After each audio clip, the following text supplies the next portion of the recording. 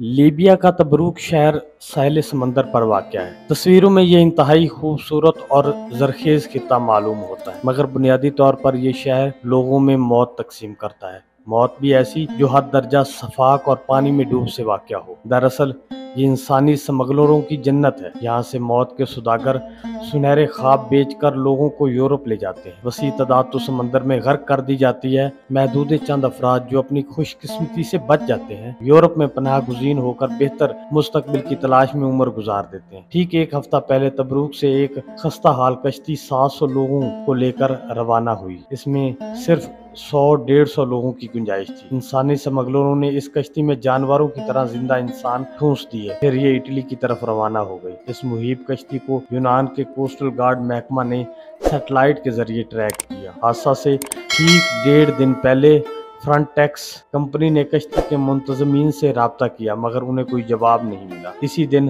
ایک بحری جہاز کے عملہ نے بھی اس زبوحال کشتی تک رسائی حاصل کی اور انہیں پانی اور کھانا مہیا کیا۔ کشتی تیزی سے اٹلی کی طرف روانہ تھی۔ شام کو دوسرے بحری جہاز نے باقاعدہ کشتی کے مسافروں کو ضروری اشیاء فراہم کی۔ EU کی حکومت اور یونان کی کوسٹل گارڈ محکمہ نے بھی ان سے رابطہ کیا، مگر رات گئے یکدم کشتی کا ہر ایک سے وائرلیس رابطہ ختم ہو گیا۔ معلوم ہوا کشتی اپنے بوجھ تلے دب کر ڈوب گئی ہے۔ یہ حد درجہ افسوسناک خبر تھی۔ بحیرہ روم میں یہ ایک دہائی کا سب سے خوفناک واقعہ تھا۔ یہ حادثہ یونان کے نزدیک بین الاقوامی سمندر کی حدود میں ہوا تھا، اس لیے یونان کی سرکار نے کثیر تعداد میں ہیلی کاپٹر، نیوی کے چھوٹے جہاز جائے حادثہ کی طرف روانہ کر دیے۔ گورنمنٹ کے تمام وسائل بروئے کار لائے گئے۔ وزیر اعظم نے بھرپور طریقے سے انسانی جانوں کی حفاظت کا اہتمام کیا۔ یاد رہے کہ یہ تمام لوگ غیر قانونی طریقے سے یورپ میں داخلے کے لیے حد درجہ خطرناک کوشش کر رہے تھے۔ انسانی حقوق کی تنظیموں نے یونان میں آسمان سر پر اٹھا لیا۔ حکومتی امدادی کارروائیوں کے دوران پتہ چلا کہ 80 کے قریب لوگ سمندر میں ڈوب چکے ہیں۔ لاپتہ افراد کی تعداد بھی تشویشناک حد تک زیادہ تھی۔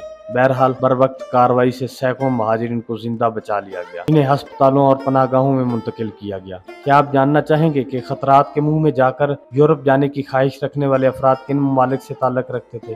جناب، یہ پاکستان، شام، فلسطین، افغانستان اور مصر کے شہری تھے۔ کیا آپ کو معلوم ہے اس المناک حادثے کے بعد کیا ہوا؟ یونان کی کافر حکومت نے 3 دن کی سرکاری سوگ کا اعلان کیا۔ ملک کی اعلیٰ ترین سطح پر بحث شروع ہو گئی۔ حکومت نے انسانی جانیں بچانے کے لیے بروقت کیوں اقدامات نہیں شروع کیے؟ پورے نظام پر سوال اٹھنے لگے۔ ایک سیاستدان نے صرف یہی جملہ کہہ دیا کہ یونان غیر قانونی مہاجرین کا بوجھ برداشت نہیں کر سکتا۔ یہ بات اس نے ایک یوٹیوب چینل پر کہی۔ اس کی پارٹی نے اس سیاستدان کو پارٹی سے نکال دیا اور کہا کہ انسانی جانوں کی حفاظت کرنا کسی مذہب، عقیدے، نسل یا ملکی حدود سے بالاتر ہے۔ حادثہ پر غور فرمائیں۔ پناہ گزین کن ممالک سے تعلق رکھتے تھے؟ حضور، یہ تمام مسلمان ممالک کے شہری۔ شاید آپ کو برا لگے، سارا دن بتایا جاتا ہے کہ ہم سارے شہری مساوات کے حامل ہیں۔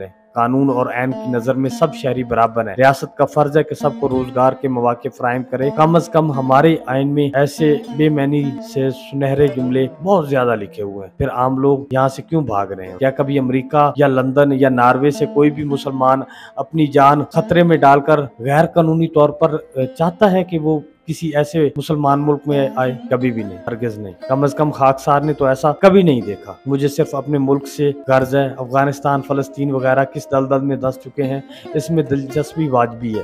میرا مرنا جینا صرف اور صرف پاکستان کے لیے ہے۔ ہمیں تو ہر وقت وعظ سنائے جاتے ہیں کہ یہ جنت نظیر ملک ہے۔ بالکل ہے، مگر کیا یہاں کا نظام بہتر ہے؟ اس کا جواب مکمل نفی میں ہے۔ ہمارا نظام کسی بھی صورت اپنے کسی بھی شہری کی عزت، آبرو، روزگار، حقوق اور مساوات کی حفاظت نہیں کرتا۔ یہاں نہ تو کسی ادارہ پر اعتماد کیا جا سکتا ہے اور نہ ہی کسی ریاستی حکومتی دعوے پر۔ علاوہ ازیں ہمارا مقتدر طبقہ دنیا کے سفلی ترین سطح پر کام کرتا ہے۔ صرف اس بات سے اندازہ لگا لیجئے کہ امیر لوگ اپنے گھریلو اور کاروباری ملازمین سے کس سطح کا ادنا رویہ روا رکھتے ہیں۔ جناب والا، بڑے بڑے گھروں میں کام کرنے والے گھریلو ملازمین سے پتہ چلا ہے کہ انہیں 30 سے 35 ہزار دیا جاتا ہے اور پھر غلاموں جیسا ان کے ساتھ سلوک کیا جاتا ہے۔ ایک قریبی دوست کی اہلیہ غیر ملکی ہے اور ان کا کہنا ہے کہ غلامی کی یہ جدید قسم ہے جو پاکستان میں نظر آتی ہے۔ نجی شعبوں میں بھی یہی حال ہے۔ دلیل سے ذرا باہر نکل کر عوام کی حالت زار پر نظر ڈالیے اور دیکھیے، حکومت اور عام آدمی کی لاطلقی فوراً محسوس ہو جاتی ہے۔ سچ تو یہ ہے کہ ہمارے ملک کا مکمل بیانیہ صرف اور صرف جھوٹ پر مبنی ہے۔ ترقی اور جدت تو دور کی بات،